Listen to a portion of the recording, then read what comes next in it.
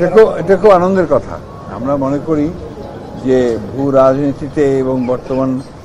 বিশ্ব রাজনীতির যে প্রেক্ষাপট এবং বাংলাদেশ ভারতের এই অঞ্চলে যে প্রেক্ষাপট, সেই প্রেক্ষাপটে আমাদের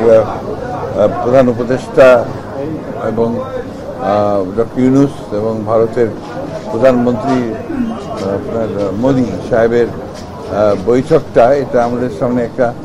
আশার একটা আলো তৈরি করছে যে ভারত এবং বাংলাদেশের সম্পর্কের মধ্যে যে একটা বিটারনেস তৈরি হয়েছিল, সেই বিটারনেসটা তৈরি যেন আর বেশি না সামনে যায়, অথবা এটা আপনার যেন কমে আসে, সেখানকার একটা নতুন সম্ভাবনা সৃষ্টি হয়েছে। এবং আমি যতদূর দেখেছি তাতে করে আমার মনে হয়েছে যে এ ব্যাপারে দুজনেই যথেষ্ট আন্তরিক, এবং এটা নিঃসন্দেহে বাংলাদেশের মানুষকে এবং ভারতের মানুষকে, দুই দেশের মানুষকেই একটা উপকার করবে।